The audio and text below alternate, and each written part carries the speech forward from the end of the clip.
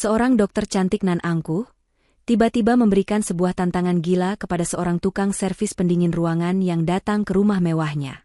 "Kalau kamu bisa sembuhkan ibuku, aku ikhlas menjadi istrimu," katanya.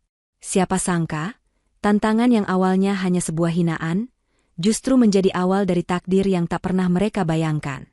Kisah si teknisi AC sederhana melawan kesombongan seorang dokter spesialis. Selamat datang kembali di Ken Arok Productions, channel yang selalu menyajikan cerita-cerita drama terbaik untuk Anda. Agar kami bisa terus bersemangat menghadirkan kisah-kisah baru, kami mohon dukungan Anda semua. Jangan lupa tekan tombol subscribe, nyalakan loncengnya, berikan like, dan tentu saja, tuliskan komentar Anda di bawah. Bagi yang sudah subscribe, kami doakan dari hati yang paling dalam, semoga Anda semua selalu diberikan rezeki yang melimpah, kesehatan yang paripurna, keberkahan dalam setiap langkah, dan kebahagiaan yang tiada akhir. Amin. Amin ya Rabbal Alamin. Oh iya, jangan lupa tulis juga ya, Anda sedang menonton cerita ini dari daerah mana saja. Biar kita bisa saling bersilaturahmi. Insya Allah, semua doa baik kita hari ini bisa terkabul atas kehendak Tuhan Yang Maha Esa. Baiklah, tidak perlu berlama-lama lagi. Kita langsung mulai saja ceritanya. Kisah ini dimulai di bawah teriknya matahari Jakarta yang menyengat. Di tengah riuh rendahnya klakson dan drum mesin, seorang pria bernama Rahman menghela nafas panjang. Peluh membasahi seragam kerjanya yang sederhana. Hari ini, seperti hari-hari lainnya, ia berkeliling Jakarta, dari satu rumah ke rumah lain, menawarkan jasa perbaikan pendingin ruangan. Rahman adalah pria yang jujur, sabar, dan sangat tekun dalam pekerjaannya. Siang itu, telepon genggamnya berdering nyaring. Sebuah panggilan dari kantor pusatnya.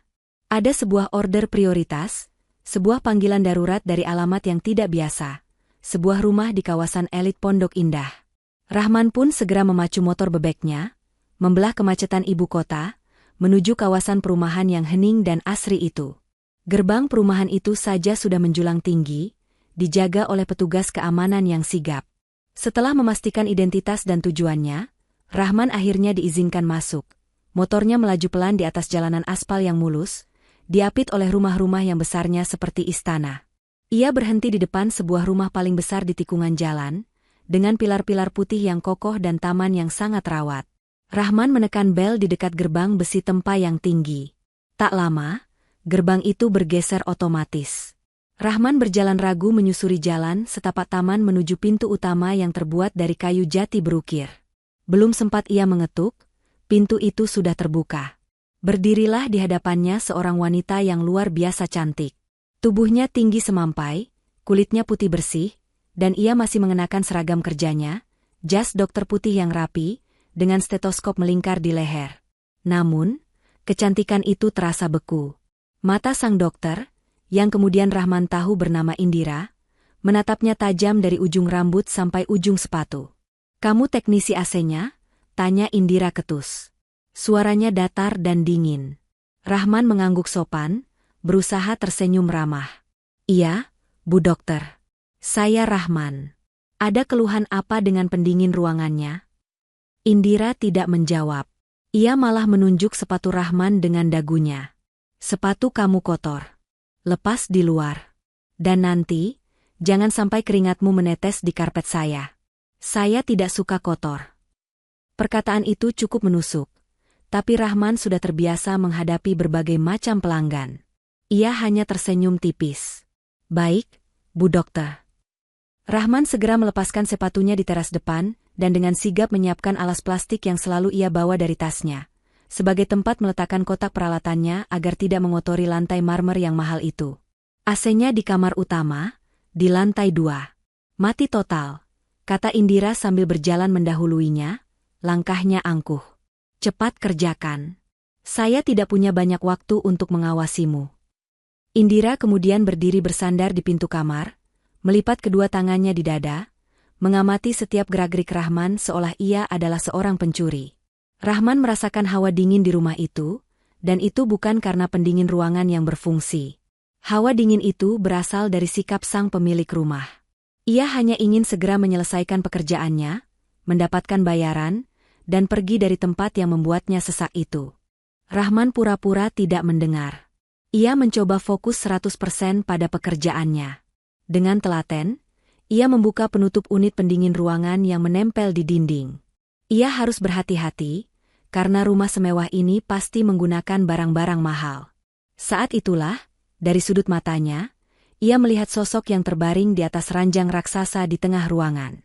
Seorang wanita tua, tubuhnya kurus, wajahnya pucat pasi dan tampak menahan sakit. Selimut tebal hanya menutupi sebagian tubuhnya, memperlihatkan kaki yang tampak kaku. Selang infus menancap di punggung tangannya, terhubung ke tiang di samping tempat tidur. Itu pasti Ibu Wulan, ibunda sang dokter. Hati Rahman seketika terenyuh. Pemandangan itu mengingatkannya pada almarhumah neneknya di kampung, sebelum wafat. Ia berusaha bekerja setenang mungkin, baut-baut ia letakkan pelan-pelan di kotak peralatannya, tidak ingin menimbulkan suara berisik yang bisa mengganggu istirahat wanita tua itu. Sedang Rahman fokus memeriksa kompresor outdoor di balkon kamar, pintu kamar utama itu kembali terbuka. Kali ini masuk seorang pria gagah, usianya mungkin sebaya dengan Indira. Ia juga mengenakan jas dokter yang tak kalah mentereng, jam tangan mahal melingkar di pergelangan tangannya. "Bagaimana, In? Masih belum ada kemajuan?" tanya pria itu. Dia adalah Dr. Reza, kolega Indira di rumah sakit elit tempat mereka bekerja. Seorang dokter kaya raya yang sudah lama menaruh hati pada Indira. Indira, yang sedari tadi mengawasi Rahman, kini mengalihkan pandangannya pada Dr. Reza. Ia menghela nafas kasar, raut frustrasi yang dalam terlihat jelas di wajah cantiknya.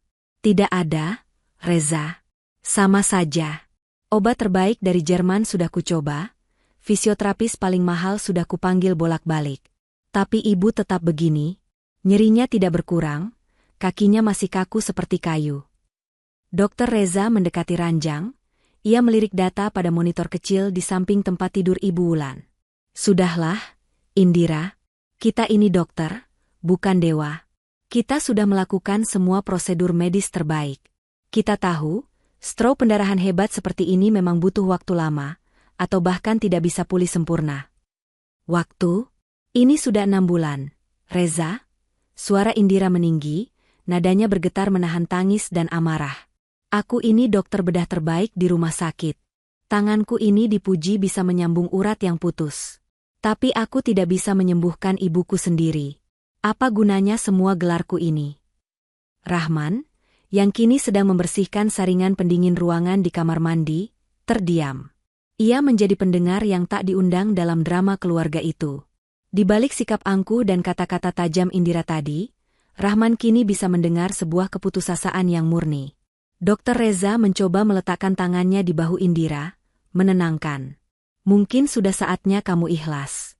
Mungkin ini yang terbaik untuk Tante Wulan." "Jangan pernah bicara seperti itu di depanku," bentak Indira, menepis tangan Reza. "Pasti ada cara lain. Pasti ada." Rahman menunduk, mempercepat pekerjaannya. Ia tahu betul kondisi seperti yang diderita Ibu Wulan. Ia pernah melihat kakeknya, seorang tabib di kampungnya, menangani pasien serupa. Sebuah pikiran terlintas di benaknya, sebuah resep ramuan, tapi ia segera menepisnya. "Itu bukan urusanku," batinnya. "Cepat selesaikan pekerjaan ini, dan segera pergi." Pendingin ruangan di kamar utama itu akhirnya kembali menyala. Hembusan udara sejuk yang lembut perlahan mulai mendinginkan ruangan yang tadinya pengap. Rahman telah menyelesaikan tugas utamanya. Komponen yang rusak sudah ia ganti, saringan sudah bersih, dan mesin outdoor di balkon pun sudah tidak berisik lagi. Ia mengelap sisa keringat di pelipisnya dengan punggung tangan, sebelum merapikan semua peralatannya kembali ke dalam kotak. Ia bekerja dalam diam, sementara Dr. Reza dan Dr. Indira masih berdebat pelan di dekat pintu. Rahman bangkit, membawa kotak peralatannya, dan berjalan menghampiri mereka. "Permisi, Bu Dokter, Pak Dokter," ucap Rahman sopan sambil sedikit menunduk. "Pekerjaannya sudah selesai. Ini surat perintah kerjanya, mohon ditanda tangan." Rahman menyodorkan lembaran formulir dan sebuah pulpen. Dr. Reza meliriknya dengan tatapan merendahkan, seolah terganggu. Indira mengambil pulpen itu dengan gerakan cepat, hendak menandatanganinya di atas tumpukan majalah di meja rias. Tepat pada saat itu, dari atas ranjang, Terdengar sebuah erangan lirih namun penuh penderitaan. Panas. NNGGHH. Sakit. Itu suara Ibu Wulan. Wanita tua itu menggigil kecil, meski udara kini sudah mulai sejuk. Indira langsung menjatuhkan pulpen itu dan berlari ke sisi ranjang ibunya. Ibu? Ibu kenapa? Panas? Tapi AC-nya sudah nyala, Bu. Ia memegang kening ibunya, lalu memegang kakinya. Wajahnya semakin pucat pasi. Reza. Kakinya sedingin es. Tapi badannya demam. Ini tidak wajar. Dokter Reza ikut memeriksa. Ia menggelengkan kepala. Indira, ini reaksi saraf yang wajar pasca stroke. Jangan panik berlebihan. Rahman, yang masih berdiri mematung di dekat pintu, tertegun. Ia menatap kaki Ibu Wulan yang kaku, lalu ke wajah sang ibu yang berkeringat menahan sakit. Ia teringat pesan almarhum kakeknya, ilmu itu amanah, Rahman. Kalau kamu lihat orang butuh pertolongan, dan kamu tahu caranya, jangan pernah diam saja. Nuraninya bergejolak. Ia tahu ia harus pergi. Ia hanyalah tukang AC. Tapi mulutnya terasa gatal. Akhirnya, ia memberanikan diri. Maaf, Bu Dokter. Maaf saya lancang. Indira dan Reza sontak menoleh ke arahnya, baru sadar kalau Rahman ternyata masih di sana. Saya tidak sengaja mendengar. Lanjut Rahman, suaranya pelan namun jelas. Kalau saya boleh lihat, sepertinya itu bukan demam biasa. Itu karena sirkulasi darah ibu tidak lancar. Darahnya tersumbat di bagian kaki, makanya kakinya dingin, tapi rasa sakitnya menjalar ke seluruh badan jadi terasa panas. Dokter Reza membelalakan matanya. Apa katamu? Berani sekali kamu mendiagnosa pasien. Rahman menelan ludah, tapi ia melanjutkan, tatapannya kini tertuju lurus pada Indira. Nenek saya dulu gejalanya mirip sekali. Kakek saya seorang tabib. Maaf, Dok, ini hanya saran. Mungkin bisa dicoba dengan ramuan daun pegagan dan jahe merah. Ditumbuk halus, lalu dibalurkan. Hening. Keheningan yang tajam memenuhi ruangan mewah itu. Udara sejuk dari pendingin ruangan yang baru diperbaiki Rahman seolah membeku. Indira menatap Rahman. Wajahnya yang tadi panik, kini berubah menjadi merah pada menahan amarah. Saran sederhana dari Rahman itu seolah menjadi bensin yang disiramkan ke api yang sudah berkobar. Wajah Dokter Reza yang tadinya meremehkan, kini berubah menjadi tawa mengejek yang tertahan. Hahaha. Indira, kamu dengar itu? Seorang tabib? Kita berdua sekolah belasan tahun di luar negeri, jungkir balik menghafal anatomi, dan solusinya ternyata cuma daun pegagan dan jahe merah? Hahaha, hebat sekali. Ejekan Dokter Reza itu sukses menyulut ledakan amarah Indira yang sedari tadi ia tahan. Wajahnya memerah padam. Ia berbalik, matanya menyorot tajam, menusuk lurus ke arah Rahman. Berani sekali kamu. Suara Indira melengking, memecah keheningan rumah mewah itu. Tangan kanannya teracung, menunjuk lurus ke wajah Rahman. Rahman tersentak kaget. Ia refleks mundur selangkah. Kamu pikir kamu siapa? Hah? Kamu pikir ibuku ini bahan percobaan untuk ramuan kampungmu itu? Indira melangkah mendekati Rahman, setiap langkahnya penuh penekanan. Saya ini dokter spesialis bedah. Saya tahu setiap urat dan saraf di tubuh manusia. Dan kamu, tukang servis AC. Berani-beraninya kamu mendiagnosa ibuku. Rahman menelan ludah, berusaha tetap tenang di bawah badai amarah sang dokter. Maaf, Dok. Saya tidak bermaksud. Saya hanya kasihan melihat ibu Anda. Kasihan? Bentak Indira lagi, suaranya kini bergetar, bercampur antara amarah dan tangis putus asa yang tertahan. Semua dokter terbaik di Jakarta sudah angkat tangan. Semua obat paling mahal dari Jerman sudah kuberikan. Tidak ada yang berhasil. Dan kamu pikir kamu lebih pintar dari kami semua hanya karena resep kakekmu. Rahman terdiam. Ia tidak tahu harus berkata apa lagi. Indira tertawa, tapi itu bukan tawa bahagia. Itu adalah tawa histeris, tawa orang yang sudah sampai di titik terendah keputusasaannya. Ia memandang Dokter Reza, lalu memandang ibunya yang terbaring lemah, lalu kembali memandang Rahman dengan tatapan gila. Baik, katanya tiba-tiba. Baik, kamu bilang kamu bisa, kan? Rahman dan Dr. Reza sama-sama terkejut dengan perubahan nada itu. Saya sudah muak dengan semua prosedur medis yang tidak ada hasilnya. Lanjut Indira, matanya berkilat-kilat. Saya terima idemu. Tapi ini bukan sekadar saran. Ini tantangan. Ia melangkah sangat dekat, hingga Rahman bisa merasakan hawa dingin dari tatapannya. Dengar. Suara Indira kini pelan namun penuh penekanan mematikan. Kalau kamu, dengan ramuan kampungmu itu. Ia sengaja menekan kata, kampung. Bisa sembuhkan ibuku. Kalau kamu bisa buat kakinya bergerak lagi. Indira menarik nafas dalam-dalam, sebelum mengucapkan kalimat yang akan mengubah hidup mereka selamanya. Aku ikhlas menjadi istrimu.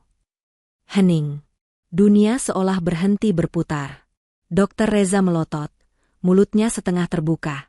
Rahman membeku di tempat, matanya membelalak tak percaya dengan apa yang baru saja ia dengar. Indira tersenyum sinis. Kenapa? Kaget? Kamu pikir saya main-main? Ia lalu menambahkan, suaranya sedingin es. Tapi, kalau kamu gagal, kalau kondisi ibuku memburuk sedikit saja karena ramuanmu itu, saya pastikan kamu tidak akan pernah melihat matahari lagi. Saya akan tuntut kamu, saya akan buat kamu membusuk di penjara. Ruangan itu mendadak senyap. Ancaman dan janji yang diucapkan Indira menggantung di udara, terasa berat dan menyesakan. Dr. Reza tersenyum miring. Puas. Dia yakin, teknisi AC miskin di depan mereka ini pasti akan gemetar ketakutan dan segera berlutut meminta maaf. Rahman memang terkejut. Tubuhnya sedikit gemetar, bukan karena takut di penjara, tapi karena harga dirinya dan martabat ilmu kakeknya baru saja diinjak-injak. Dia adalah seorang pekerja servis, tapi dia bukan badut. Dia menarik nafas panjang, berusaha mengendalikan emosinya. Tatapan matanya yang tadi sopan dan sedikit takut, kini berubah. Menjadi tenang, tajam, dan datar. Dia tidak memandang Dr. Reza. Dia membalas tatapan lurus Dr. Indira. Maaf, Bu Dokter, ucap Rahman, suaranya kini terdengar sangat berbeda. Tidak ada lagi nada memohon. Yang ada hanya ketegasan yang tenang. Saya tidak tertarik pada pernikahan dengan Anda. Dan saya juga tidak takut dengan ancaman penjara Anda. Senyum sinis di wajah Indira langsung luntur. Ia terperangah. Pria ini, si tukang AC, baru saja menolaknya? Dr. Reza pun berhenti tertawa. Sombong sekali kamu. Kamu tidak sadar sedang bicara dengan siapa. Rahman mengabaikan Dr. Reza sepenuhnya, matanya tetap terkunci pada Indira. Ilmu kakek saya bukan ilmu main-main. Ilmu itu amanah yang diturunkan untuk menolong orang, bukan untuk dijadikan bahan taruhan konyol seperti ini. Rahman lalu melirik sejenak ke arah Ibu Wulan yang kembali mengerang pelan. Hatinya kembali terenyuh. Saya akan terima tantangan Anda, lanjut Rahman. Indira membelalakan matanya. Tapi, potong Rahman cepat, saya punya syarat. Bukan, saya tidak akan meminta imbalan apapun. Syarat saya adalah, selama saya mengobati ibu Anda, tidak boleh ada satupun dokter lain yang ikut campur. Termasuk Anda, dan Bapak ini, katanya sambil menunjuk Dr. Reza. Gila, teriak Dr. Reza. Indira, kamu dengar itu? Dia mau kita menghentikan semua perawatan medis? Kamu mau membunuh ibumu sendiri? Indira tampak bimbang. Wajahnya pucat. Di satu sisi, egonya sebagai dokter berteriak bahwa ini adalah kegilaan. Tapi di sisi lain, matanya melihat ketulusan dan keyakinan yang aneh dari seorang teknisi AC. Sesuatu yang sudah lama tidak ia lihat dari rekan-rekannya, atau bahkan dari dirinya sendiri. Saya tidak bilang hentikan total, kata Rahman. Saya hanya butuh waktu. Beri saya waktu 3 hari. Jika dalam 3 hari tidak ada kemajuan sedikit pun, saya sendiri yang akan pergi dari rumah ini, dan Anda boleh panggil polisi. Rahman meraih kotak peralatannya yang tergeletak di lantai. Saya akan pulang dulu. Saya harus menyiapkan ramuannya di rumah. Resep kakek saya tidak bisa dibuat sembarangan. Katanya, saya akan kembali malam ini juga. Tanpa menunggu persetujuan Indira, tanpa menoleh lagi ke arah Dr. Reza, Rahman berbalik badan. Ia berjalan dengan langkah mantap keluar dari kamar mewah itu. Indira membeku di tempatnya. Ia terdiam, menatap punggung Rahman yang menghilang di balik pintu. Ia baru saja menyerahkan nasib ibunya, dan mungkin juga nasibnya sendiri, pada seorang pria yang bahkan tidak ia ketahui nama lengkapnya. Pria yang baru saja menolak mentah-mentah tawaran pernikahannya, namun menerima tantangan mautnya. Matahari Jakarta sudah berganti dengan gemerlap lampu kota ketika Rahman akhirnya tiba kembali di rumah kontrakannya yang sederhana di sebuah gang sempit di kawasan Kebon Jeruk. Rumah itu sangat jauh berbeda dari istana milik Indira. Hanya ada satu ruangan yang berfungsi sebagai ruang tamu sekaligus kamar tidur, dengan sebuah dapur kecil di belakangnya. Tapi tempat itu sangat bersih dan rapi. Di sudut ruangan, ada sebuah lemari kayu jati tua, satu-satunya perabotan mewah di sana. Itu adalah peninggalan kakeknya. Rahman tidak beristirahat. Ia langsung berwudu, membersihkan diri.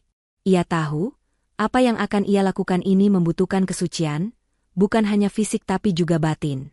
Setelah itu, ia membuka lemari kayu peninggalan kakeknya. Di dalamnya, tersimpan puluhan stoples kaca berisi akar-akaran, daun-daun kering, dan biji-bijian yang sudah diatur rapi. Harum rempah yang khas langsung menguar, memenuhi ruangan.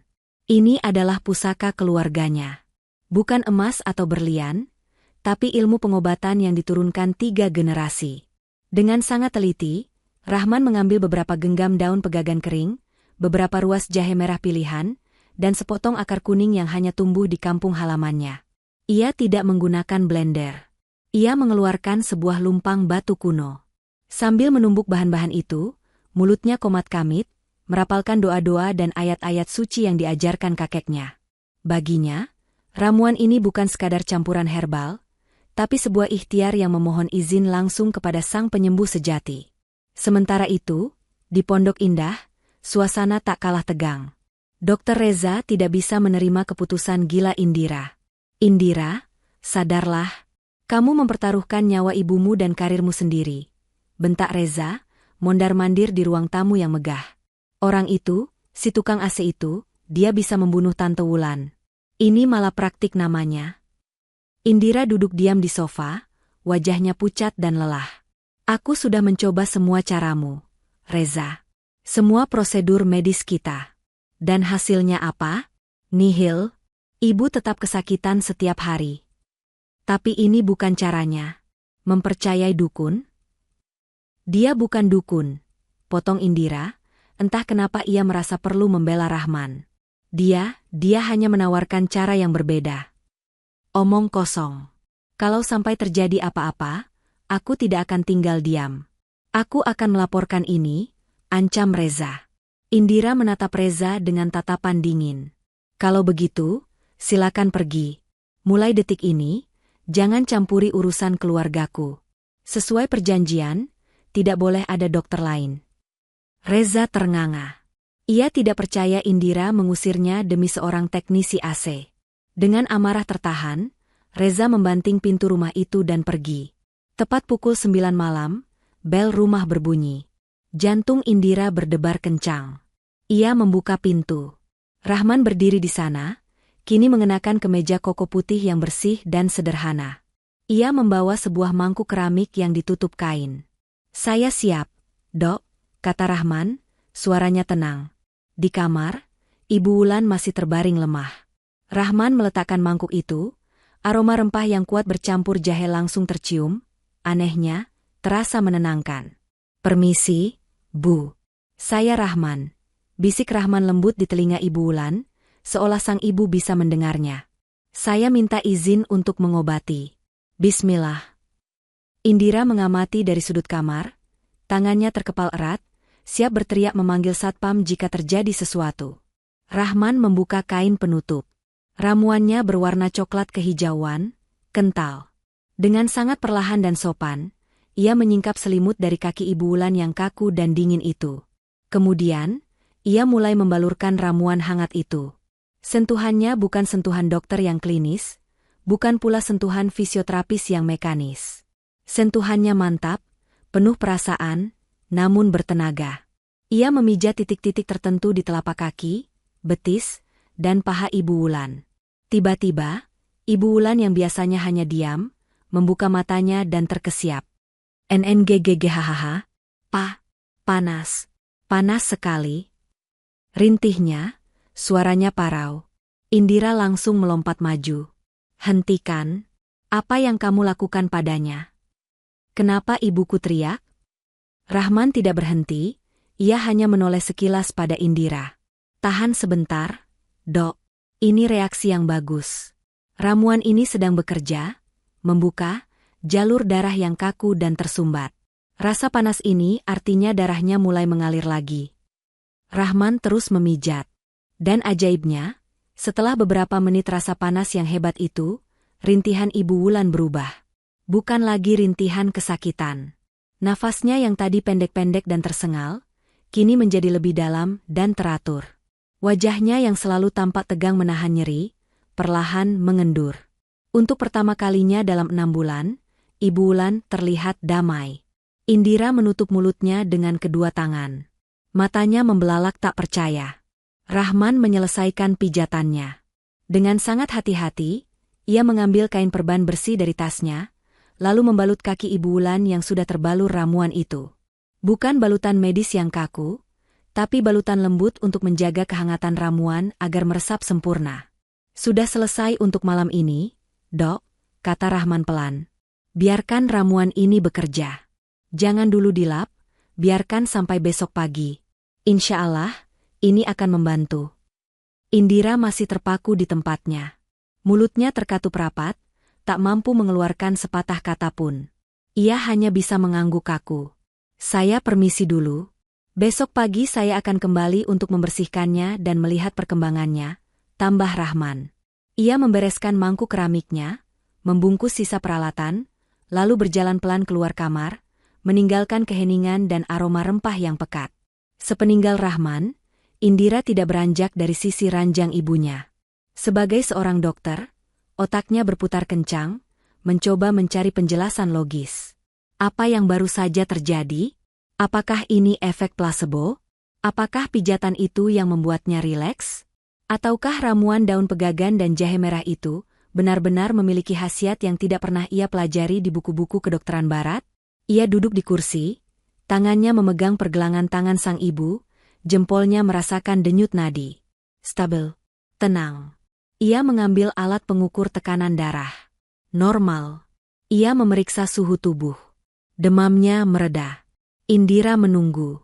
Ia menunggu reaksi alergi. Ia menunggu ibunya kejang. Ia menunggu efek samping yang pasti akan muncul dari ramuan kampung yang tidak steril itu. Ia menunggu sepanjang malam, matanya tak terpejam sedetik pun, siap melakukan tindakan darurat jika terjadi sesuatu. Tapi tidak terjadi apa-apa. 1 jam berlalu. 2 jam. 3 jam. Yang terjadi justru sebaliknya. Di jam ketiga, sesuatu yang sudah berbulan-bulan tidak Indira dengar, kini terdengar jelas di kamar mewah itu. Dengkuran. Bukan pingsan. Bukan pula koma. Itu adalah suara dengkuran halus dan teratur. Suara orang yang tidur terlelap, pulas, tanpa beban. Ibu Wulan, yang selama 6 bulan terakhir hanya bisa tidur 1-2 jam dengan bantuan obat penenang dosis tinggi, kini terlelap sepenuhnya. Azan subuh berkumandang dari masjid di kejauhan. Sinar matahari pagi pertama mulai menembus gorden mahal di kamar itu. Dan Ibu Wulan masih tertidur, wajahnya begitu damai, seolah semua rasa sakit di dunia telah terangkat dari tubuhnya. Indira menundukkan kepalanya. Bahunya bergetar. Air mata yang selama ini ia tahan di balik topeng keangkuhannya, akhirnya tumpah juga. Ia tidak menangis karena sedih. Ia menangis karena malu, karena bingung, dan karena secercah harapan kecil yang baru saja menyala di hatinya yang beku.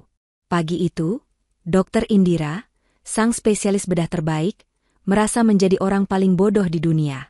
Dan ia sadar, ia tidak sabar menunggu teknisi AC itu datang kembali. Pukul 7 pagi, bel rumah mewah itu berbunyi. Tepat waktu. Indira, yang tidak tidur sama sekali dan hanya duduk di samping ranjang ibunya, segera berlari membukakan pintu. Rahman berdiri di sana, masih dengan kemeja kokonya yang sederhana namun bersih. Wajahnya tampak tenang. Pagi, Dok, sapanya sopan. Bagaimana kondisi ibu? Indira menatap Rahman. Wajah angkuhnya yang biasa ia pasang, kini luntur total.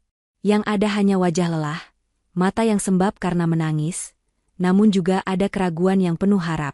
Dia tidur. Jawab Indira pelan, suaranya serak. Dia tidur sepanjang malam, Rahman. Nyenyak sekali, tanpa obat penenang. Rahman hanya tersenyum tipis. Alhamdulillah. Boleh saya lihat? Mereka masuk ke kamar. Pemandangan di dalam membuat Indira kembali menahan nafas. Ibu Wulan tidak lagi terbaring kaku. Posisinya sedikit miring, dan matanya perlahan terbuka, mengerjap-ngerjap menyesuaikan cahaya pagi. Ini adalah pertama kalinya Ibu Wulan bangun secara alami, bukan karena sentakan rasa sakit. Ibu. Bisik Indira, mendekat. Apa yang ibu rasakan? Masih sakit? Ibu Wulan menatap putrinya, lalu menatap Rahman, lalu menatap kakinya yang terbalut perban. Ia terdiam sejenak, seolah sedang merasakan sesuatu yang sudah lama hilang. Enteng, enduk. Bisik Ibu Wulan, suaranya parau namun jelas. Rasanya ringan. Nyerinya hilang. Hangat. Indira terkesiap. Ia refleks menoleh ke arah Rahman, matanya berkaca-kaca. Sebuah kemajuan yang tidak pernah ia dapatkan dalam 6 bulan perawatan medis termahal. Alhamdulillah, kata Rahman lagi, tulus. Ini pertanda baik. Sirkulasi darahnya mulai jalan. Saya izin membersihkan sisa ramuan semalam, ya. Setelah itu, saya akan siapkan ramuan segar untuk baluran siang ini. Indira mengangguk cepat. Tentu. Silakan. Pakai dapur saya saja. Rahman dengan telaten membersihkan kaki Ibu Wulan dengan air hangat, lalu mengeringkannya. Ibu Wulan tampak sangat nyaman, tidak meringis kesakitan sedikitpun saat kakinya disentuh. Kemudian, Rahman pergi ke dapur mewah Indira. Ia mengeluarkan lumpang batu kecil dan bahan-bahan segar yang ia bawa. Ia mulai menumbuk lagi, menciptakan irama yang menenangkan di rumah yang biasanya senyap itu. Tepat saat itulah, bel pintu berbunyi lagi. Kali ini dengan kasar. Sebelum Indira sempat membuka, pintu itu sudah didorong terbuka. Dokter Reza masuk tanpa diundang, wajahnya kusut dan marah. Indira, aku tidak bisa membiarkan kegilaan ini berlanjut. Aku sudah hubungi kolega kita di Dewan Etik Kedokteran. Reza, hentikan. Lihat ibumu, kata Reza, menunjuk ke arah kamar. Ia tertegun sejenak. Ia melihat Ibu Wulan sedang duduk bersandar, tidak lagi terbaring kaku, dan tampak lebih segar. Itu pasti hanya kebetulan. Sergah Reza, tidak mau kalah. Efek obat penenang dosis tinggi yang kamu berikan pasti baru bekerja sekarang. Aku tidak memberinya obat penenang apapun sejak kemarin sore, jawab Indira datar, matanya menatap Reza dingin. Rahman, mendengar keributan itu, keluar dari dapur, tangannya masih bersih dari sisa tumbukan. Melihat Rahman, amarah Reza meledak. Ini semua pasti akal-akalanmu kan, dukun? Kamu berikan ibunya obat tidur herbal, kan? Reza, cukup, teriak Indira. Perjanjiannya 3 hari. Dan aku melihat kemajuan. Pergilah. Tidak. Aku tidak akan pergi sebelum membuktikan penipu ini. Reza menatap Rahman dengan benci. Aku haus. Aku mau ambil minum. Reza berjalan angkuh melewati Rahman, menuju dapur. Sementara Indira kembali fokus pada ibunya, mencoba membantu sang ibu minum air putih. Di dapur, Reza sendirian. Matanya liar mencari. Ia melihat mangkuk keramik di atas meja dapur, berisi ramuan segar yang baru saja selesai ditumbuk Rahman. Warnanya hijau kecoklatan dan aromanya sangat kuat. Ini dia, batinnya licik. Dengan gerak secepat kilat, Reza meraih mangkuk itu. Ia membuang seluruh isinya ke bak cuci piring, lalu menyalakan keran air deras, membilas sisa-sisa ramuan itu lenyap ke saluran pembuangan. Ia panik mencari pengganti. Matanya tertuju pada toples teh celup mahal dan sebungkus kopi bubuk impor. Dengan tangan gemetar, ia merobek beberapa kantung teh, menuang air panas sekenanya, lalu menambahkan 1 sendok penuh bubuk kopi agar warnanya keruh dan pekat, mirip ramuan tadi. Ia mengaduknya asal, lalu menuangkannya kembali ke mangkuk keramik. Tepat saat itu, Rahman masuk ke dapur. "Permisi, Dok. Ramuannya." Reza berbalik badan, wajahnya pura-pura tenang, sambil memegang segelas air. "Oh, ini. Tadi hampir tumpah ku senggol. Silakan dilanjutkan ritualmu." Reza tersenyum sinis dalam hati. "Kita lihat saja seberapa hebat ramuan teh campur kopimu itu, tukang AC." Rahman mengambil mangkuk keramik itu, yang kini berisi ramuan palsu buatan Dr. Reza. Ia kembali berjalan dari dapur menuju kamar utama. Di dalam kamar, suasana sudah jauh lebih baik. Ibu Wulan tampak lebih waspada, dan Indira menatap Rahman dengan sorot mata yang tak lagi sedingin es. Ada secercah harapan di sana. "Ini untuk baluran siangnya, Bu," kata Rahman, tersenyum pada Ibu Wulan. Ia meletakkan mangkuk itu di meja samping ranjang. Ia bersiap untuk mulai membalurkannya, menggulung lengan ke mejanya. Namun, saat ia mendekatkan tangannya ke mangkuk itu, ia berhenti. Rahman mengerutkan keningnya. Sesuatu salah. Harum jahe merah yang tajam dan aroma khas pegagan yang menenangkan hilang. Yang tercium oleh hidungnya yang terlatih adalah aroma yang aneh. Asam. Seperti ampas teh dan kopi. Jantung Rahman berdebar. Ini bukan ramuannya. Ia menatap isi mangkuk itu lekat-lekat. Warnanya memang keruh, tapi teksturnya berbeda. Jauh lebih encer. Ini bukan tumbukan herbal, ini hanya air kotor. "Kenapa?" Suara Dr. Reza tiba-tiba terdengar dari ambang pintu. Ia bersandar di sana dengan senyum mengejek. "Ragu dengan ramuanmu sendiri, Tuan Tabib?" Rahman mengangkat kepalanya, matanya menatap tajam ke arah Dr. Reza. Seketika, ia paham apa yang telah terjadi. Pria itu pasti telah merusaknya. Tepat pada saat krusial itu, ketika pengobatan seharusnya dilanjutkan, efek dari ramuan malam tadi mulai memudar. Ibu Wulan, yang belum mendapatkan dosis pengobatan barunya, mulai merasakan sesuatu yang ia takuti. Ia menggeliat di ranjang. "Nengehaha." Indira, yang melihat Rahman terdiam dan Reza tersenyum sinis, langsung panik. "Ada apa? Rahman, kenapa kamu diam saja? Lakukan sesuatu." "Ibu." Bisik Ibu Wulan, suaranya kembali bergetar. "Indira, kakiku dingin lagi, enduk." Itu adalah kata-kata yang paling ditakuti Indira. "Dingin?" ulang Indira panik. Ia langsung meraba kaki ibunya. Benar saja. Kaki yang tadi pagi mulai terasa hangat, kini kembali sedingin es. "Sakitnya?" rintih Ibu Wulan, matanya terpejam erat. "Ya Tuhan, sakitnya kembali. Lebih sakit dari kemarin." Arg.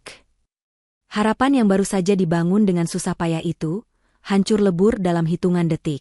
Wajah Indira berubah dari penuh harap menjadi pucat pasi, lalu memerah padam oleh amarah yang jauh lebih besar dari kemarin. Ini bukan lagi amarah, ini adalah kekecewaan yang mengoyak hatinya.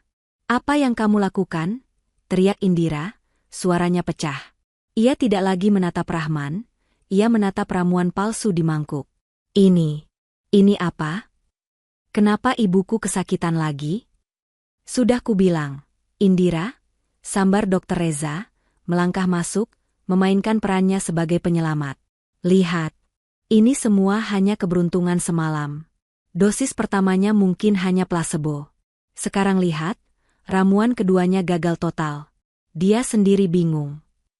"Tidak, ini..." Rahman mencoba menjelaskan. "Ini bukan ramuan saya, ini ditukar." "Bohong," bentak Indira, air matanya kini mengalir deras. Air mata kemarahan. "Kamu memberiku harapan palsu. Kamu menipuku.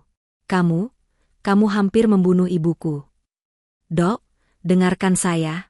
Cium baunya. Ini bau kopi, bukan?" "Cukup." Indira mendorong Rahman dengan sekuat tenaga. Pergi kamu dari rumahku sekarang juga. Penipu." "Indira, tenang," kata Reza, pura-pura menenangkan sambil memegang bahu Indira, menatap Rahman penuh kemenangan. "Satpam!" teriak Indira sekeras-kerasnya, suaranya menggema di seluruh rumah. "Satpam, Usir orang ini dari rumah saya. Sekarang. Dua orang petugas keamanan yang berjaga di pos depan berlari masuk. Seret dia keluar. Perintah Indira, tangannya gemetar menunjuk Rahman. Rahman, yang masih memegang mangkuk berisi ramuan palsu itu, menatap Indira dengan tatapan tak percaya. Dokter, Anda harus percaya saya. Tapi Indira sudah berbalik badan, memeluk ibunya yang kembali mengerang kesakitan. Petugas keamanan itu langsung mencengkeram kedua lengan Rahman. Tanpa basa-basi, mereka menyeret Rahman, yang tak bisa berbuat apa-apa, keluar dari kamar, melintasi ruang tamu mewah, dan melemparnya keluar dari pintu utama. Kotak peralatannya dilempar menyusul. Pintu kayu jati yang berat itu dibanting tepat di depan wajahnya. Rahman terduduk di teras, terhina, bingung, dan marah. Sabotase Dr. Reza telah berhasil dengan sempurna. Rahman terduduk lemas di aspal mulus jalanan komplek, tepat di luar gerbang besi tempa yang kini tertutup rapat. Hinaan, amarah, dan rasa putus asa bercampur aduk di dadanya. Mangkuk keramik berisi air kopi dan ampas teh itu pecah berkeping-keping di sampingnya saat dilempar satpam, isinya berceceran. Dia menatap cairan keruh di aspal itu. Ini adalah bukti. Bukti kejahatan Dr. Reza. Dia tidak akan lolos begitu saja, batin Rahman. Amarahnya kini bukan lagi karena harga dirinya yang diinjak-injak, tapi karena nyawa seorang ibu yang tidak bersalah kini kembali dalam bahaya. Semua karena kecemburuan dan kelicikan seorang pria. Rahman bangkit. Dia tidak akan pulang. Dia tidak bisa membiarkan fitnah ini menang. Dia teringat sesuatu. Rumah semewah itu. Dapur yang begitu modern dan mahal. Pasti. Rumah itu pasti dilengkapi kamera pengawas, bahkan di dapur. Dia harus mendapatkan rekaman itu. Sementara itu di dalam rumah, Dr. Reza segera mengambil alih situasi. Ia bersikap seperti dokter pahlawan. Tenang, Indira, tenang. Aku di sini, katanya, sambil dengan sigap menyiapkan suntikan obat penenang dosis tinggi. Dia sudah pergi. Dukun penipu itu tidak akan menyakitimu atau Tante Wulan lagi. Indira menangis terseduh-seduh di samping ranjang. Reza. Ibu kesakitan sekali. Ini salahku. Aku membiarkan dia. SSSSTT, desis Reza, sambil menyuntikkan obat itu ke selang infus Ibu Wulan. Bukan salahmu. Kamu hanya sedang putus asa. Wajar. Yang penting, kita hentikan kegilaan ini sekarang. Kita kembali ke perawatan medis yang sebenarnya. Lihat, Tante Wulan akan segera tenang. Benar saja. Dalam beberapa menit, erangan Ibu Wulan mereda, matanya terpejam, dan tubuhnya yang tadi menegang kini lemas. Tapi ini bukan ketenangan yang damai seperti semalam. Ini adalah ketenangan paksa yang disebabkan oleh obat-obatan. Indira menatap wajah ibunya yang kembali pucat. Rasa bersalah menggerogotinya. Dia telah membiarkan ibunya merasakan harapan sesaat, hanya untuk dijatuhkan kembali ke jurang rasa sakit yang lebih dalam. Amarahnya pada Rahman kini begitu besar, membutakan logikanya. Dia ingin percaya pada Reza. Dia harus percaya pada Reza. Kamu benar, Reza. Kamu benar, isak Indira. Dia penipu. Dia harus dihukum. Tentu saja, kata Reza, senyum tipis tersungging di bibirnya. Aku yang akan urus. Aku akan pastikan dia tidak akan bisa menipu orang lain lagi. Di luar, hari mulai beranjak sore. Rahman tidak pergi. Ia bersembunyi di taman seberang jalan, di balik rimbunnya pohon. Ia mengamati gerbang rumah itu seperti elang. Ia tahu, ia tidak bisa masuk paksa. Ia harus menunggu. Menunggu kesempatannya. Dia melihat mobil Dr. Reza akhirnya keluar dari gerbang, melaju kencang dengan angkuh. Ini kesempatannya. Tapi, bagaimana cara masuk? Rahman memutar otak. Dia teringat percakapannya dengan satpam di pagi hari, saat ia masuk. Dia teringat nama kepala asisten rumah tangga di rumah itu yang sempat ia dengar. B.I. Surti. Seorang wanita parubaya yang tampak baik hati, yang tadi pagi sempat memberinya segelas air. Rahman memberanikan diri. Ia tidak lagi terlihat seperti tukang AC yang kebingungan. Ia berjalan tegap ke pos satpam, bukan ke gerbang utama. Pak, katanya pada satpam yang tadi menyeretnya. Saya tahu saya sudah diusir. Tapi tolong. Kotak peralatan saya tertinggal. Saya mohon. Itu satu-satunya alat saya cari nafkah. Satpam itu menatapnya curiga. Kata Bu Dokter, kamu penipu. Saya hanya mau ambil kotak saya. Saya akan ambil di depan pintu saja, tidak akan masuk. Tolong, Pak. Bapak bisa temani saya? Satpam itu berpikir sejenak. Merasa kasihan, dan juga karena Dokter Reza sudah pergi, ia akhirnya mengangguk. Baik, tapi cepat. Dan jangan macam-macam. Satpam itu membukakan gerbang kecil di samping.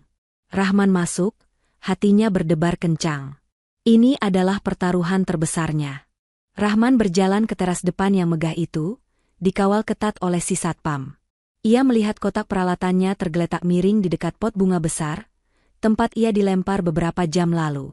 Itu, Pak, kata Rahman, menunjuk kotaknya. Cepat ambil. Lalu pergi. Bentak satpam itu, masih berdiri waspada. Rahman sengaja berjalan pelan. Ia berjongkok, membuka kotak peralatannya seolah sedang memeriksa isinya. Ia harus mengulur waktu. Dia harus bertemu Bei Surti. Dia butuh sekutu di dalam. Astaga, gumam Rahman, sengaja menjatuhkan beberapa obeng dan tang dari kotaknya, membuatnya berderak nyaring di lantai marmer teras. Maaf, Pak, jatuh. Cepat pungut. Jangan buang-buang waktu, gerutu si satpam. Saat Rahman sedang memunguti alat-alatnya, persis seperti yang diharapkannya, pintu samping untuk pelayan terbuka. Bei Surti, kepala asisten rumah tangga, menjulurkan kepalanya. Wajahnya tampak sedih dan penasaran. Ia pasti mendengar keributan tadi siang. Loh, Mas Rahman? Katanya. Bei Surti tidak melanjutkan kalimatnya. Ia ragu-ragu melihat tatapan galak si satpam. Ini dia kesempatannya. Rahman bangkit, mengabaikan si satpam sejenak, dan menatap lurus ke mata Bei Surti. Tatapannya putus asa, tapi jujur. Bei Surti, desis Rahman cepat, suaranya pelan namun mendesak. Saya difitnah, Bei. Demi Allah, saya tidak menipu. Mas. Dokter Reza. Dia yang menukar ramuan saya di dapur tadi. Lanjut Rahman, tidak memberinya jeda untuk berpikir. Dia membuang ramuan asli saya dan menggantinya dengan air kopi. Wajah Bei Surti pucat pasi. Sebagai orang yang bekerja di rumah itu bertahun-tahun, ia tahu persis watak Dokter Reza yang angkuh dan sering merendahkan para pelayan. Dia juga melihat sendiri bagaimana sopan dan tulusnya Rahman tadi malam dan pagi ini. Bei, Ibu Wulan dalam bahaya, kata Rahman lagi, suaranya bergetar. Dokter itu tidak mau ibu sembuh dengan cara saya. Tolong saya, Bei. Rumah sebesar ini, dapur pasti ada kamera pengawasnya, kan? Bei Surti terdiam. Benar. Ada satu kamera kecil di sudut dapur. Tolong, Bei, mohon Rahman. Demi keselamatan Ibu Wulan. Periksa rekamannya. Bibi akan lihat sendiri kebenarannya. Saya akan tunggu di pos satpam depan. Saya tidak akan pergi. Haiha. Sudah selesai belum? Teriak si satpam, menarik lengan Rahman dengan kasar. Pergi kamu. Tolong, Bei, teriak Rahman sekali lagi, sebelum si satpam mendorongnya paksa kembali menuju gerbang. Bei Surti membeku di ambang pintu. Jantungnya berdebar kencang. Tuduhan Rahman begitu serius. Tapi entah kenapa, hatinya mempercayai teknisi AC itu. Di lantai atas, Indira masih duduk mematung di samping ranjang ibunya. Ia memegang tangan Ibu Wulan yang kembali dingin karena obat penenang. Air matanya sudah kering. Yang tersisa hanyalah kehampaan dan rasa bersalah yang tak terhingga. Ia telah membiarkan ibunya disakiti oleh seorang penipu. Kebenciannya pada Rahman begitu membuta. Sementara itu, Bei Surti, dengan tangan gemetar, berjalan bukan ke dapur, tapi ke ruang kerja kecil di belakang, tempat monitor kamera pengawas berada. Ia duduk di depan layar, menarik nafas panjang, lalu memutar ulang rekaman dari kamera dapur, tepat di jam saat Dokter Reza tadi masuk untuk mengambil minum. Matanya membelalak ngeri. Layar itu menunjukkan segalanya. Layar monitor kecil di ruang keamanan itu menyajikan pemandangan yang membuat darah Bei Surti mendidih. Ia melihat semuanya dengan mata kepalanya sendiri. Ia melihat Dr. Reza tengok kanan-kiri, memastikan tidak ada siapa-siapa di dapur. Ia melihat tangan berjam mahal itu dengan sengaja meraih mangkuk keramik berisi ramuan Rahman. Ia melihat pria itu dengan tega membuang seluruh isinya ke bak cuci piring dan menyiramnya dengan air. Dan yang paling membuatnya mual, ia melihat Dr. Reza dengan panik menyambar kantung teh dan bubuk kopi, mengaduknya asal dengan air panas, lalu menuangnya kembali ke mangkuk. Sebuah sabotase yang keji dan terang-terangan. Bibir Bei Surti bergetar. Tangannya menutup mulut, menahan pekikan ngeri. Ya Allah! Ini perbuatan iblis. Kemarahan yang besar menjalari tubuhnya. Kemarahan atas nama Ibu Wulan, majikannya yang sudah ia rawat seperti ibunya sendiri. Majikannya yang pagi tadi baru saja merasakan harapan untuk sembuh, kini kembali terbaring kesakitan. Semua karena ulah dokter licik itu. Bei Surti tahu dia harus bertindak. Tapi bagaimana? Ia tidak bisa langsung lari ke lantai atas dan menunjukkannya pada Indira. Non Indira tidak akan percaya. Non Indira sedang buta oleh amarah dan kekecewaan. Dia sedang bersandar penuh pada Dr. Reza. Jika Bei Surti menuduh Dr. Reza, yang ada malah dia yang akan dipecat, dituduh berkomplot dengan Rahman. Tidak. Dia harus cerdas. Dengan tangan yang masih gemetar, Bei Surti menggerakkan mouse komputer. Ia tahu cara mengoperasikan alat ini. Ia sering diminta oleh almarhum Tuan, suami Ibu Wulan, untuk menyimpan rekaman jika ada tamu penting. Ia memilih klip rekaman dari dapur itu, dari menit Dr. Reza masuk sampai ia keluar. Lalu, ia menekan tombol salin. Ia merogoh sakunya, mengeluarkan sebuah flash disk kecil, sebuah gantungan kunci yang biasa ia gunakan untuk menyimpan resep masakan. Ia mencolokkannya ke unit perekam dan menunggu dengan dada berdebar kencang. Salin selesai. Dia mencabut flash disk itu, menggenggamnya erat-erat seolah itu adalah berlian paling berharga di dunia. Dengan langkah pelan, ia naik ke lantai 2, berpura-pura hendak membersihkan kamar. Ia mengintip ke kamar utama. Pemandangannya menyayat hati. Dokter Indira tertidur di kursi samping ranjang, kepalanya terkulai, wajahnya basah oleh sisa air mata. Dan Ibu Wulan beliau terbaring dalam tidur paksa obat penenang, napasnya dangkal, wajahnya kembali pucat seperti mayat. Jauh berbeda dari tidur pulasnya yang damai tadi malam. Tekad Bei Surti semakin bulat. Dia bergegas turun. Dia harus memberikan bukti ini pada Rahman. Dia harus menemukan pria itu. Bei Surti yakin, Rahman masih ada di sekitar sini. Dia berjalan ke pos satpam. Pak, katanya dengan nada dibuat setenang mungkin. Saya izin keluar sebentar, ya? Mau beli kecap sama penyedap rasa di warung depan komplek. Habis. Si satpam, yang tidak menaruh curiga apapun pada kepala rumah tangga senior itu, hanya mengangguk. Jangan lama-lama ya, Bei. Iya, Pak. Sebentar saja. Bei Surti melangkah cepat keluar dari gerbang besi tempat itu. Flash disk berisi kebenaran itu tergenggam erat di dalam saku daster kerjanya. Jantungnya berdebar, matanya liar mencari-cari sosok teknisi AC yang telah difitnah itu. Ia harus menemukan Rahman. Nyawa Ibu Wulan bergantung pada ini.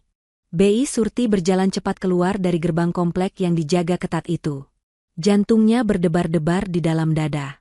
Ia pura-pura berjalan ke arah warung kelontong kecil yang terletak sekitar 50 meter dari gerbang, tempat para asisten rumah tangga dan supir biasa berkumpul. Matanya bergerak liar, mencari-cari sosok Rahman. Tapi dia tidak ada. Warung itu ramai oleh obrolan sore hari. Apa Rahman sudah menyerah dan pulang? Beli apa? Bei Surti? Tumben sore-sore? Sapa pemilik warung. Iya, kecap, Pak. Sama-sama penyedap. Jawab Bei Surti gugup, tangannya masih menggenggam erat flash disk di dalam saku. Saat ia sedang berpura-pura memilih barang, sebuah tangan tiba-tiba menyentuh pelan sikunya dari belakang. Bei Surti nyaris menjerit kaget. Ia menoleh. Itu Rahman. Wajahnya tegang dan penuh keringat. Dia pasti bersembunyi di gang kecil di samping warung. Mas, desis Bei Surti. Tanpa banyak bicara, Rahman menarik Bei Surti sedikit menjauh dari keramaian, kebalik sebuah mobil box yang sedang parkir. "Bibi?" tanya Rahman, suaranya tercekat penuh harap. "Bagaimana?" Bei Surti tidak menjawab dengan kata-kata. Tangannya yang gemetar cepat-cepat merogoh saku, menarik flash disk itu, dan menjejalkannya ke telapak tangan Rahman. "Mas benar," bisik Bei Surti cepat, matanya berkaca-kaca. Ini rekamannya. Semua perbuatan Dr. Reza di dapur, semuanya terekam jelas." Rahman membelalakan matanya. Dia menatap benda kecil di tangannya itu seolah itu adalah sebuah keajaiban. "Inilah buktinya. Inilah senjata untuk membersihkan namanya dan menyelamatkan Ibu Wulan." Apa yang harus kita lakukan, Mas?" tanya Bei Surti panik. "Saya tidak bisa memberikannya langsung ke Non Indira. Dia sedang tidak percaya pada siapapun, Mas. Dia sedang buta mata hatinya. Dia pasti menuduh saya mengada-ada." Rahman menggenggam flash disk itu erat. Otaknya berputar cepat. Bei Surti benar. Jika mereka berdua yang maju, Indira akan menganggap ini persekongkolan antara pembantu dan tukang AC. Egonya yang terluka akan menolak kebenaran itu mentah-mentah. Mereka harus membuat Indira melihatnya sendiri, tanpa paksaan. "Bibi tenang," kata Rahman, suaranya kini kembali mantap dan penuh kendali. "Bibi kembali ke rumah sekarang. Bersikap seperti tidak terjadi apa-apa.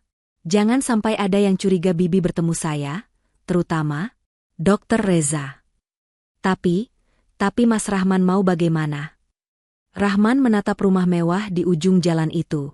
Saya harus menemukan cara agar Dr. Indira melihat video ini dengan matanya sendiri. Saat dia sendirian, saat dia tenang, saat Dr. Reza tidak ada di sampingnya untuk meracuni pikirannya. Rahman tiba-tiba teringat sesuatu. Saat ia bekerja di kamar utama, ia melihat sebuah laptop mahal di atas meja kerja Indira. Sang dokter tampak tidak bisa lepas dari alat itu. "Bei," kata Rahman mendesak. "Apakah Dokter Indira sering bekerja di kamarnya menggunakan laptop?" "Iya, Mas. Selalu. Non Indira selalu memeriksa data pasien atau jurnal medis lewat laptopnya sebelum tidur." Sebuah rencana nekat, namun brilian, terbentuk di kepala Rahman. "Bei Surti berani bantu saya sekali lagi?" tanya Rahman, menatap lurus ke mata Bei Surti. Bei Surti menelan ludah, tapi ia mengangguk mantap. "Demi Ibu Wulan, Mas. Apa yang harus saya lakukan?" "Saya akan pulang," kata Rahman. "Saya akan menyalin video ini, dan saya akan mengirimkannya ke sesuatu. Bibi hanya perlu memastikan." Dokter Indira membukanya malam ini. Saat dia sendirian, Rahman tidak menjelaskan lebih lanjut. Ia tidak mau membahayakan Bei Surti. "Cepat Bibi kembali. Beli kecapnya. Bersikaplah normal," perintah Rahman. "Dan doakan saya, Bei." Bei Surti mengangguk. Ia cepat-cepat membeli sebotol kecap, lalu bergegas kembali ke rumah, meninggalkan Rahman di gang kecil itu. Rahman menatap flash disk di tangannya. Malam ini adalah penentuannya. Rahman tidak pulang ke kontrakannya. Waktu terlalu berharga. Ia berlari ke sebuah warung internet kecil yang nyempil di antara ruko-ruko, tak jauh dari komplek perumahan itu. Di bilik yang sempit dan panas, ia mencolokkan flash disk itu ke komputer. Tangannya gemetar saat ia membuka berkas video itu. Matanya terbelalak, sama seperti Bei Surti. Rekaman itu jernih. Setiap gerakan licik Dr. Reza, setiap senyum sinisnya saat mengaduk ramuan palsu, semuanya terekam jelas tanpa suara, namun lebih fasih dari 1000 kata-kata. Rahman segera mengunggah berkas video itu ke sebuah situs penyimpanan awan pribadi, membuatnya menjadi sebuah tautan rahasia yang hanya bisa dibuka oleh orang yang memiliki linknya. Ia menyalin tautan itu, lalu bergegas keluar dari warnet. Ia menelepon Bei Surti menggunakan telepon genggamnya yang sederhana. "Bei, saya sudah dapat. Saya akan kirimkan sebuah alamat link lewat SMS ke nomor Bibi." "Link? Itu apa, Mas?" tanya Bei Surti, bingung. "Tidak usah pusing, Bei. Nanti Bibi akan dapat pesan teks isinya huruf-huruf aneh. Tolong sekali lagi, Bei," kata Rahman, suaranya mendesak. "Tuliskan huruf-huruf itu di secari kertas kecil. Apa saja. Kertas bekas nota atau apa saja. Lalu kertasnya saya apakan, Mas? Tunggu sampai Dokter Reza pergi. Tunggu sampai Non Indira sendirian di kamarnya. Saat dia sedang tidak melihat, tolong letakkan kertas itu di atas laptopnya. Di meja kerjanya. Cukup itu saja. Setelah itu, Bibi pura-pura tidak tahu apa-apa. Baik, Mas. Baik.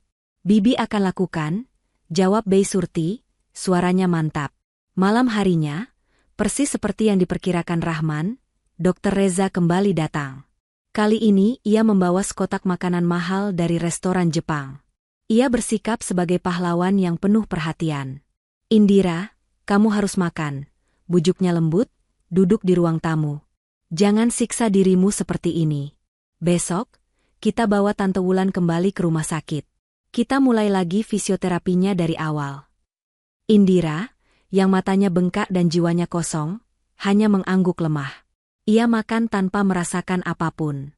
Kebenciannya pada Rahman begitu pekat, tapi di dalam hatinya, ada sesuatu yang terasa salah. Ketenangan yang ia lihat di wajah ibunya tadi malam, itu terlalu nyata untuk sebuah tipuan. Tapi ia menepis pikiran itu. Ia harus membenci Rahman. Setelah memastikan Indira makan, Dokter Reza akhirnya pamit. Telepon aku kalau ada apa-apa, katanya sambil mengelus bahu Indira. Besok aku akan urus si tukang AC itu. Aku pastikan dia tidak akan bisa menipu siapa-siapa lagi. Sepeninggal Reza, rumah itu kembali sunyi. Indira kembali ke kamar utama, duduk di kursi samping ranjang ibunya. Ia menatap wajah Ibu Wulan yang tertidur karena obat. Ia merasa gagal. Saat ia sedang termenung, Bei Surti masuk pelan-pelan. Non, mau saya buatkan teh hangat? Indira hanya menggeleng, tanpa menoleh. Baik, Non. Saya rapikan meja kerja Non sedikit. Ya. Berantakan, kata Bei Surti, sebagai alasan. Indira tidak peduli. Ia terlalu lelah. Dengan tangan gemetar, Bei Surti berjalan ke meja kerja di sudut kamar. Ia melihat laptop mahal itu tertutup. Dengan gerakan secepat kilat, ia meletakkan secari kertas sobekan buku nota kecil di atas laptop itu. Kertas yang sudah ia tulisi dengan tautan dari Rahman. Lalu, Bei Surti segera keluar kamar. 1 jam berlalu. Indira merasa pegal. Ia bangkit, meregangkan badan. Matanya tertumbuk pada meja kerjanya. Ada secari kertas yang tadi pagi tidak ada di sana. Ia mengambil kertas itu. Tulisannya adalah tulisan tangan Bei Surti yang ia kenal. Bukan tulisan ancaman. Hanya barisan huruf dan angka acak. Sebuah alamat internet. Hati Indira mencelos. Apa ini? Insting pertamanya adalah meremas dan membuangnya. Ini pasti akal-akalan si penipu itu lagi, menggunakan Bei Surti. Tapi, kenapa Bei Surti mau? Rasa penasaran yang ganjil, bercampur dengan firasat buruk, mengalahkan egonya. Tangannya gemetar. Ia membuka laptopnya. Mengetikkan baris demi baris huruf acak itu ke kolom alamat. Ia menekan tombol, Enter. Sebuah jendela pemutar video terbuka. Layarnya hitam. Lalu, sebuah gambar muncul. Kamera pengawas. Tanggal dan jamnya, tepat tadi siang. Sudutnya, itu dapur rumahnya. Dan kemudian dia melihatnya. Dia melihat Dokter Reza masuk. Dia melihatnya membuang ramuan. Dia melihatnya meracik ampas teh dan kopi. Indira menutup mulutnya. Suara pekikan tertahan di tenggorokannya. Matanya membelalak, terpaku pada layar. Dunianya runtuh dalam sekejap. Napas Indira tercekat di tenggorokannya. Layar laptop itu memutar ulang adegan di dapur lagi dan lagi. Tangan Reza yang membuang ramuan. Senyum liciknya saat mengaduk teh dan kopi. Setiap detiknya adalah tamparan keras yang mendarat di wajah Indira. Dia telah salah. Dia bukan hanya salah. Dia telah dibutakan. Dihasut. Dia telah mengusir, menghina, dan menuduh seorang pria yang tulus berusaha menyelamatkan ibunya. Dan dia malah membiarkan iblis berjas dokter menyuntikkan racun penenang. Membiarkannya kembali menderita, hanya untuk memuaskan ego mereka. Tidak, tidak, tidak. Indira bangkit dari kursinya, tangannya gemetar hebat. Kemarahan yang tadi ia tujukan pada Rahman, kini berbalik 1000 kali lipat, mengarah pada Dr. Reza. Dan yang lebih besar, mengarah pada dirinya sendiri. "Bei Surti!" teriaknya, suaranya parau, berlari keluar kamar. "Bei Surti!" Bei Surti berlari dari dapur, wajahnya pucat. "Iya, Non? Ada apa?"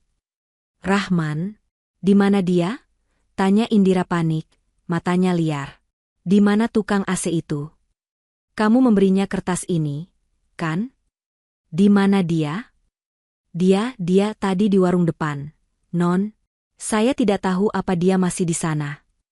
Tanpa mengganti baju, tanpa memakai sandal.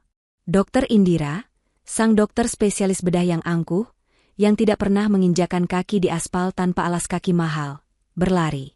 Ia berlari keluar dari pintu utama rumah mewahnya, melintasi taman, dan mendorong gerbang dengan tangannya sendiri. Para satpam yang berjaga ternganga melihat majikan mereka berlari histeris keluar komplek, menuju warung kecil di seberang jalan. Dan di sanalah dia. Rahman sedang duduk di bangku kayu panjang di depan warung, menunduk, memegang segelas teh tawar yang sudah dingin. Menunggu. Rahman. Rahman mengangkat kepalanya. Ia melihat Indira berlari ke arahnya, terengah-engah, air matanya mengalir deras. "Maaf." Isak Indira, begitu ia sampai di depan Rahman. "Maafkan saya. Saya." Indira tidak bisa melanjutkan kata-katanya. Ia terlalu malu. Ia berlutut di aspal, di depan Rahman, di depan semua mata supir dan pembantu yang ada di warung itu. Saya sudah lihat videonya," tangisnya. Reza, dia menipuku. Saya telah memfitnahmu. Maafkan saya." Rahman tertegun melihat pemandangan itu. Dokter angkuh itu kini berlutut di kakinya. Dengan cepat, Rahman menarik tangan Indira, memaksanya berdiri. "Dokter, jangan begini. Berdiri. Ini bukan salah Anda." "Ini salahku," teriak Indira. Ibuku di dalam. Dia kesakitan lagi. Tolong. Rahman, tolong selamatkan ibuku." Rahman menatap mata Indira yang penuh penyesalan itu. Amarahnya sudah lama sirna, digantikan oleh belas kasihan. Ia mengangguk mantap. "Saya akan selamatkan ibu Anda. Ayo." Setahun kemudian, sebuah akad nikah sederhana digelar di taman belakang rumah mewah itu. Tidak ada ribuan tamu. Hanya kerabat dekat. Rahman, tampak gagah dengan kemeja batik dan peci, duduk di depan penghulu. Di sampingnya, Indira, begitu anggun dengan kebaya putih sederhana, air mata haru mengalir di pipinya. Dan di kursi roda? Tidak. Ibu Wulan duduk di kursi biasa. Ia memang belum bisa berlari, tapi ia sudah bisa berdiri dan berjalan perlahan. Ia tersenyum, menyaksikan putrinya, yang kini telah menemukan kebahagiaan sejati, menggenggam tangan pria yang telah menyelamatkannya dalam segala hal. Pemandangan beralih ke sebuah rumah sederhana namun asri di pinggir Jakarta. Ibu Wulan tampak sehat sedang menyiram tanaman. Di dapur, Rahman, yang kini memakai kemeja rapi, sedang menyeduh teh herbal. Indira, yang hanya memakai kaos oblong, masuk dan langsung memeluk Rahman dari belakang, menyandarkan kepalanya di punggung pria itu. "Mas, nanti malam ada pasien pro bono di klinik herbal kita," bisik Indira. Ia kini ikut membantu Rahman mengelola praktik pengobatan warisan kakeknya, mengkombinasikannya dengan ilmu medisnya. Rahman berbalik, tersenyum, lalu mencium kening istrinya. "Siap, Dokter Indira. Tapi sekarang, sarapan dulu. Nanti teknisi AC kesayanganmu ini telat benerin AC orang." Rahman ternyata tetap pada profesinya. Baginya, pekerjaan itu pengingatnya untuk tetap rendah hati. Mereka tertawa bersama, menunjukkan kebahagiaan yang tulus, jauh dari kemewahan yang membutakan, namun penuh cinta.